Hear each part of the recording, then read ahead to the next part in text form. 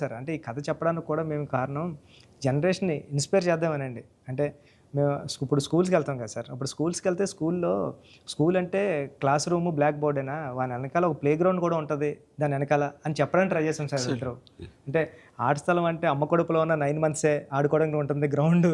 బయటకొచ్చిన తర్వాత స్కూల్‌లో పిల్లలకి ఇప్పుడు చూస్తాం సార్. ఏ స్కూల్‌కి గ్రౌండ్ ఉంది సార్? బిల్డింగ్స్ ఉంటున్నాయి అంతండి. అది చెప్పడానికి ఇన్‌స్పైర్ చేద్దాం ఏదో మంచి మాట చెప్పి అంటే ముఖ్యంగా ఈ కార్పొరేట్ ఆ! అవును ఎడ్యుకేషన్ సార్. సిస్టమ్ వచ్చేసిన తర్వాత ఆ! సార్. అండ్ ఎంతసేపటికి మార్కులు మార్కులు మార్కులు అనే దీంట్లో ఇంకా అసలు ఫిజికల్ యాక్టివిటీ లేకుండా పోతుంది.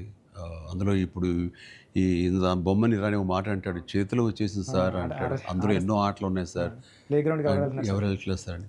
కానీ ప్రభుత్వాలు ఇప్పుడు మీరు అన్నటువంటి ఈ పరిస్థితి ఒకప్పుడు ఉండేది కానీ ఇప్పుడు రాను రాను బెటర్ అవుతుంది అన్నది ఆ! అవును సార్. ఇప్పుడు ఇది. చాలా బాగుంది సార్ ఇప్పుడు. బట్ ఇంతకంటే ఇంకా గట్టిగా రావాలంటే మీరు ఇచ్చినటువంటి సలహా సినిమాలు, పెద్ద సినిమాలు ప్రభుత్వాలు సహకరించాలి, సర్కారు వాళ్ళు ముందుకు రావాలి. కాబట్టి ఈ సినిమా ఒక అవేర్నెస్ ఇస్తుంది, ఒక ఎడ్యుకేషనల్ ఫిలిం పెద్ది, ఒక ఇన్స్పైరింగ్ కంటెంట్ ఉన్న సినిమా పెద్ది. ఈ సినిమాలో బిడ్డలకి మనం ఏమి ఇవ్వాలి, ఎలాగ మోటివేట్ చేయాలి, ఎలాగ ఇన్స్పైర్ చేయాలి, వాళ్ళు ఎలాగ పెంచాలి అనే దాని మీద ప్రతి ఒక్కళ్ళు ఫోకస్ పెట్టి స్ఫూర్తి పొందాలని మాత్రం నేను మనస్ఫూర్తిగా కోరు